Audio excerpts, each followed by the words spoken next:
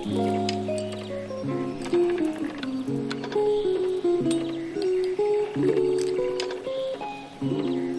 your computations.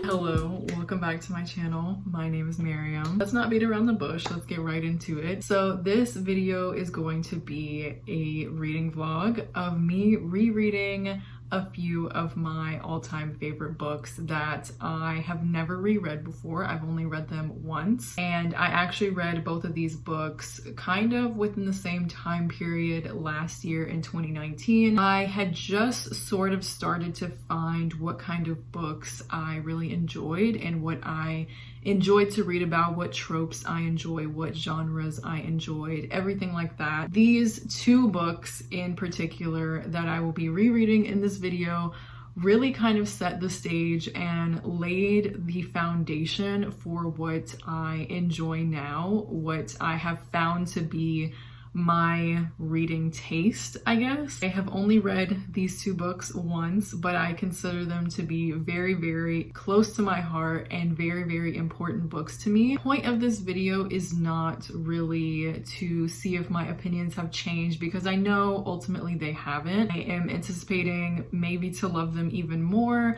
or to love them just the same as I did last year, but I am really just chasing the serotonin that I know that these books will bring to me. It's been a really weird year for everyone, I feel, and I am not exempt from that. I could really use a rush of serotonin, so I'm just really seeking that right now. I actually started filming this video a couple weeks ago, but I kind of lost motivation, but I'm back. And I am very much determined to finish these books and get this video out and have a good time. That's pretty much it for the intro. I didn't even show y'all the books. So the two books that I will be rereading for this video are, of course, no one is surprised, We Hunt the Flame by Hafsa Faizal. This is in Own Voices, ancient Arabian inspired YA fantasy. It came out in May of 2019. It is a part of a duology, and the second book is coming out in January 2021. But this book is the first and kind of only book that I've completely 100% seen myself represented in like every way possible. It takes place in a fictionalized ancient Arabia, and as we all know, I am Arab. This is just something that I had never seen before I read this book. It just brought me so much joy in that respect. All of the Arabic, all of the culture, all of the foods and everything that were in here, and just everything. Just the book's existence as a whole makes me feel so happy and so represented. So that was definitely a part of why I love this so much. But this book has some of the most beautiful writing I've ever read in my life. It has amazing world building, characters that I love so much. It has an amazing enemies to lovers relationship. I promote this book so much, but I've only read it once. And to be honest, I did have kind of a weird experience reading it the first time, because I read it on ebook. I read it as soon as it came out, and me and fantasy books, reading them through the ebook format, my brain just does not process them the same as it does in physical form. I just want to reread it and have a better experience, but also just kind of relive my love for this book and maybe discover some new things about it, and just get ready for the second book because it's not too far away at this point. Now, the second book that I will be rereading in this vlog, I'm just gonna hold it up. I don't think I need to hype this one up. I don't think I need to explain anything. Y'all know what the deal is. If you don't know, now you know. Me and Six of Crows have an interesting story and relationship. Long story short, one of my best friends read this in, I believe, 2016 or 2017, when I was not a part of the book community at the time. I was very much on a different side of the internet. I was in K-pop fandom. I was in, some TV show fandoms. I was no nowhere near books. So she read the Six of Crows duology. Shout out Angel if you're watching this. She read the Six of Crows duology and she begged me for 2 years to read these books. Finally, in February 2019, I read Six of Crows by Leigh Bardugo, and it has been my personality ever since. I truly don't know how to talk about these books because of how much they mean to me and how much they affected me. I genuinely don't know how I'm going to talk about it in this video while I'm rereading it, because it's just an experience that I hold so close to my heart, and I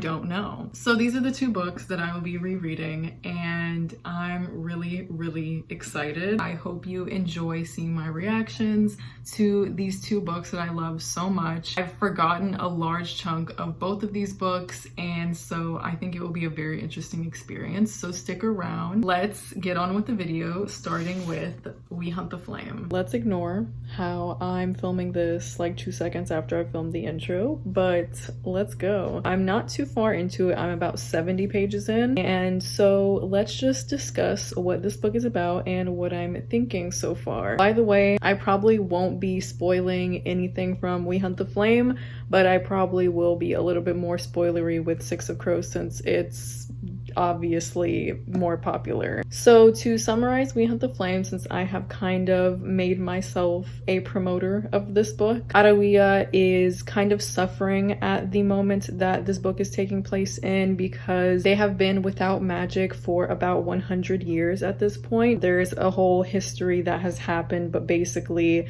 magic has been kind of taken away, and the country is definitely suffering for it in multiple ways. One of the ways that it is suffering is there is a dark forest called the Ars that is spreading throughout the land, and it kind of separates the land from the sea, and there's just a lot going on. This dark forest, the Ars, is something that no one can enter. If they do enter it, they either don't exit the forest, they die in there, or they come out months later having lost their minds. However, for some reason, our main character, or one of our main characters, Zafira, she is able to enter this forest, and she is the only person that can navigate it properly and safely leave it every single time with her mind intact. She uses this ability to her advantage, and she hunts in this forest for her village, for her family. She feeds them with the animals that she kills in this forest, and yeah,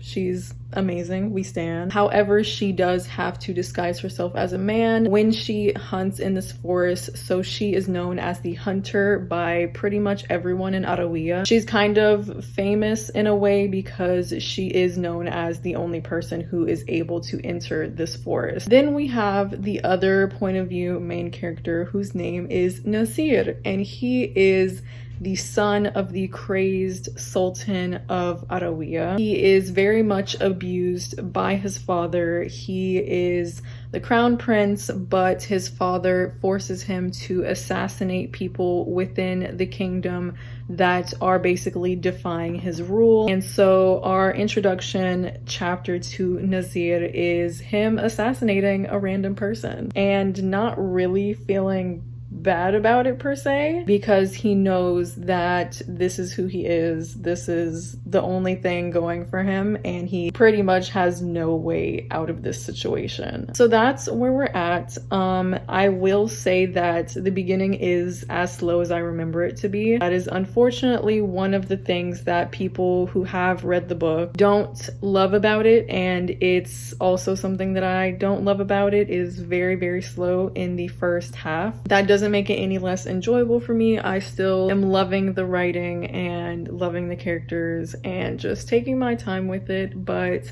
it has been a while since I've read, so I'm going to get some serious reading done. Okay, so I have gotten a little bit more into We Hunt the Flame, and I just want to talk about that a little bit. I'm a little bit over 100 pages in. I'm on chapter 13. But first, I just want to talk. It's Tuesday right now, August 20-something, 25th, August 25th. I had work yesterday. I was scheduled to have work tomorrow, But it turns out there is a hurricane coming, and it's not gonna be great. It's probably gonna be pretty medium on the scale of hurricanes, and I'm not too afraid, to be honest. Inshallah, everything will be fine.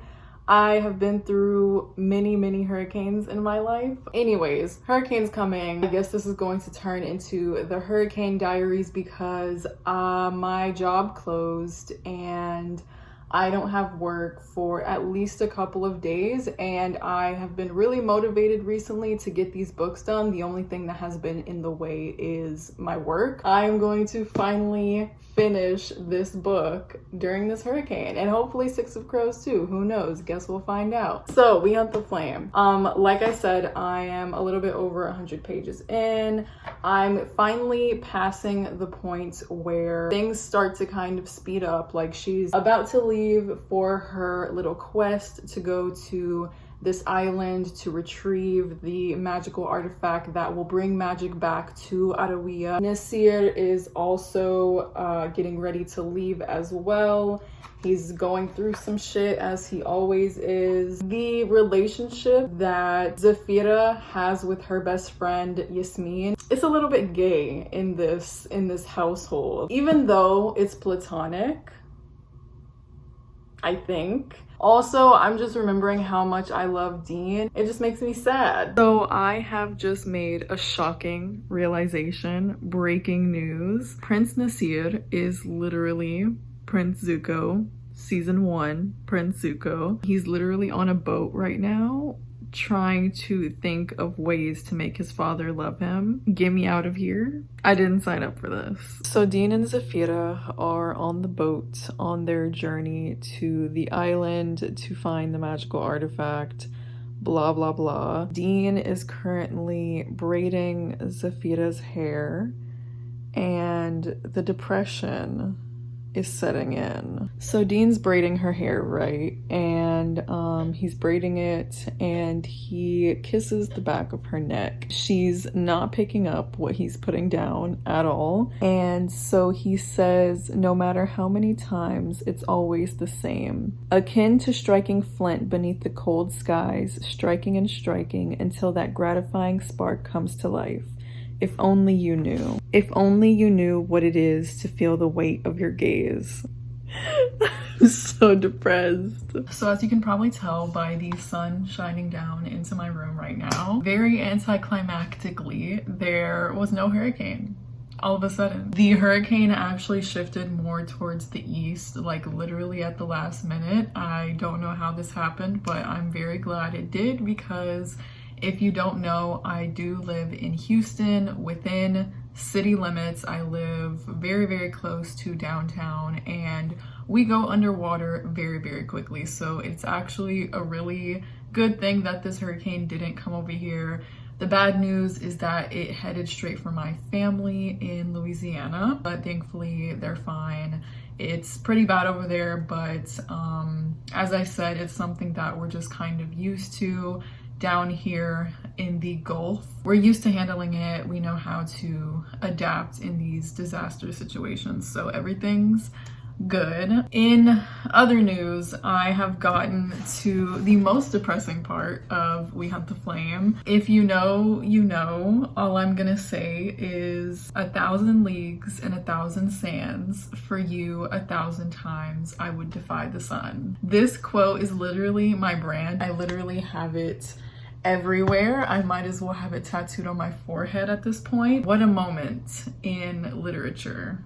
Truly. The story is definitely getting to the juicy parts right now. What just happened was very tragic, but it's also the same scene that Zafira and Nasir finally meet, and that just is really the flavor that gets the story really going. I think that I will be reading way faster now that this has happened. So excited to relive their moments together, because they're iconic and they're underrated, and we love enemies to lovers. I will actually never get over the fact that Zafira and Nasir have like the same name. Basically, both of their names translate to victorious. Just a moment of silence for how symbolic and like beautiful that is. I really do love it here. So where I'm at right now, Zafira has been traveling for a little while with Nasir and Altair, and she knew Altair's name, but she didn't know Nasir's. So she didn't know his name, she didn't know he was the prince, and finally she's like fed up. She wants to know who he is. So she points her bow and arrow at his throat and she's like, tell me your name right now or I'll kill you. And he says, if I told you my name, would you bow? His voice was soft, a melancholy caress. He lifted his chin when understanding dawned on her face. Or would you flee? The flavor. Okay, so after very nearly a month of reading, I have finished We Hunt the Flame. Let me just start with how glad I am that I reread this book, and especially right now because I just recently got like accepted to be in the We Free the Stars street team, which is the sequel to this book. I just have like this renewed appreciation and love for this book and these characters. I do want to mention though that I do feel like the first 200 pages of this book are just a little bit too slow in my opinion. Like they're still really great quality wise. Like it's really great writing and everything. It really eases you into the world and into these characters' lives and everything. So I really do appreciate them, but they could have been condensed so much. And this is coming from a lover of the book, obviously. I feel like the editor low-key set Hafsa up. I feel like they really should have condensed those first 200 pages. The pacing in this book actually really reminded me of The City of Brass by S.A. Chakraborty. I recently read that, and that book also had a very slow pacing. It also did have the same thing as this book where it took like pretty much half the book for the two main characters to meet each other. In those regards, like it was very similar. So I feel like the slow pacing wouldn't really be a problem if it was like an adult fantasy story and people kind of went in expecting that. But when you're going into a YA fantasy story, you're just kind of expecting it to be just a little bit quicker than it was in this book. And I know for a fact, because I know some people who have DNF'd it, I know for a fact that not everyone wants to wait until past the 100-page mark or past the halfway point of the book to start really getting into the story. Like they don't want to wait that long to get into like the juice and the meat of the story. So it's not personally something that I mind. It is, in my opinion, just a small disservice of the book. But I love this book so much. I love Zafira, I love Nasir, I love Kifa. Kifa is amazing. I really stan. I hope we get a lot more of her in the second book. The second book is like almost 600 pages long apparently, and I'm just honestly so freaking excited for it. Most anticipated book ever, probably. I'm gonna give this a 4.5 stars. I feel like the first time I read it, I was really trying too hard to be a critical reader. I just had a very weird experience the first time I read this book. I was just like in a weird place at the time, just all around. But I can honestly say that this is a 4.5 out of 5 stars, and I am almost certain that the second book will be the full 5 stars. I feel like I'm just going to fall head over heels for the second book. Also, I was buddy reading this with Isabella from Throne of Pages. I've been a fan of her videos for so long, and we just kind of like bonded while we read this book together, and it was the funniest thing to see all of her reactions and to get voice messages from her and to see her tabs, and it was just so fun. I just had an amazing time. So yeah, so the moment of truth has come. I will be picking up Six of Crows by Leigh Bardugo. I don't know what to say here, y'all. Like, I don't have anything to say to you. I don't have anything to say about this. No thoughts, head empty. Truly, truly, truly. Just holding this book is like, it sends a chill down my spine, because I just hold these books up to so much regard. And this will also be my first time reading Six of Crows physically. I have never read Six of Crows physically, and as I have previously stated, physically reading fantasies just kind of hits a little bit different for me. And also, I know it's gonna hit different because, one, I know the show's coming this time, and I can kind of just like imagine what this is going to look like in front of my eyes on the screen. And two, I just recently read and finished the Grisha trilogy this year. When I read this book the first time, I didn't know what the fuck was going on for at least 100 pages, but now I completely know what's going on. I completely understand the Grisha verse, world, universe, whatever. I guess let's begin. So I finished Six of Crows. Y'all thought I was playing when I said that I truly have little to no words about this book. I just wanted to take in the entire story as it was and then come back to you and try to articulate my emotions as best possible.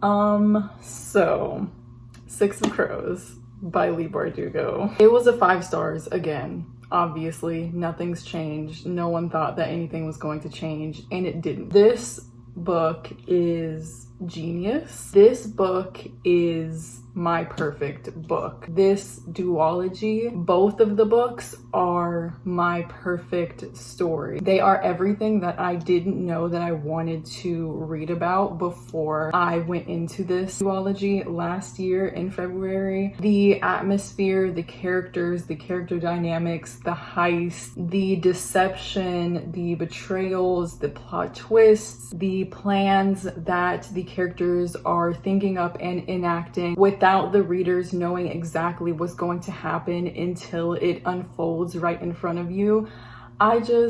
This book is everything to me. I love it so much. There's just like no other way to describe it, but I'm going to try to. Okay, so the first chapter, right? Juiced and his mustache and the moon and whatever. People complain so much and clown so much on that chapter, but to be honest, I really understand its purpose.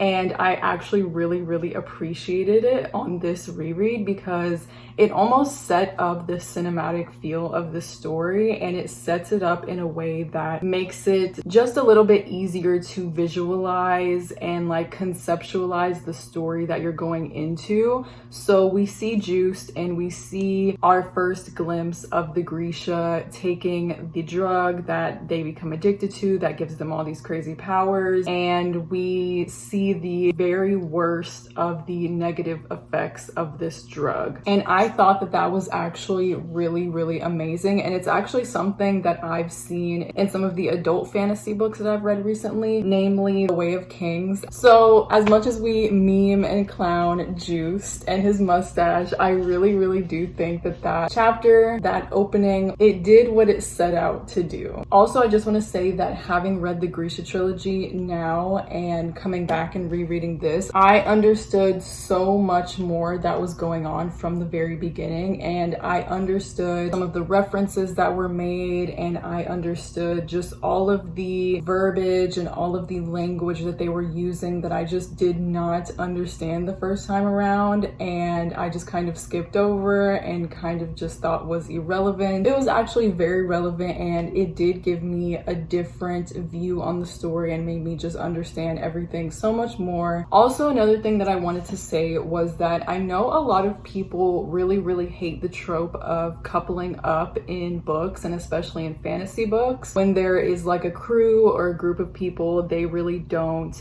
like when all of them are perfectly coupled up with each other. But in this book, it just works so well because these kids are so traumatized. So it's just like, can we just let them have this one thing that will make them happy, and that thing being their companionship and their relationships with each other. I just think that the relationships being the driving point of so many of the characters' motivations, it just is something that just makes total sense in this book. I truly could not see this book working out the same way if these characters did not have these relationships with each other, whether they be platonic or romantic or whatever. I don't think that things would have worked out the same without those bonds that they made with each other. But yeah, Kaz, Inej, Nina, Matthias, Jesper, Wylan, I don't know. I am truly beside myself on how much I love this book and just how much it means to me and how genius it is, especially the last third of this book.